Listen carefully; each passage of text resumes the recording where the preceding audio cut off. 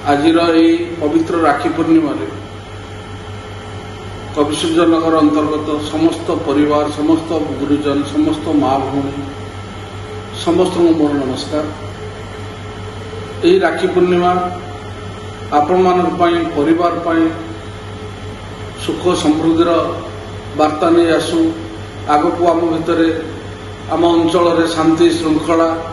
एवं आम भितर भाईचारा आहरी मजबूत हो आम समस्त मिसे अंचल को सुख शांति एवं समृद्ध आड़ बढ़ेबारे समस्ते हाथ बढ़े गोटे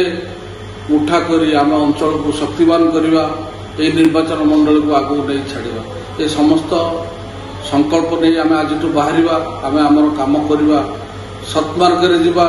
समस्त को आम संपर्क रक्षा करी आम आमर एकाठी रहा यही सब गोटे परिवार कविसूर्यनगर समस्त जनसाधारण दिन आसव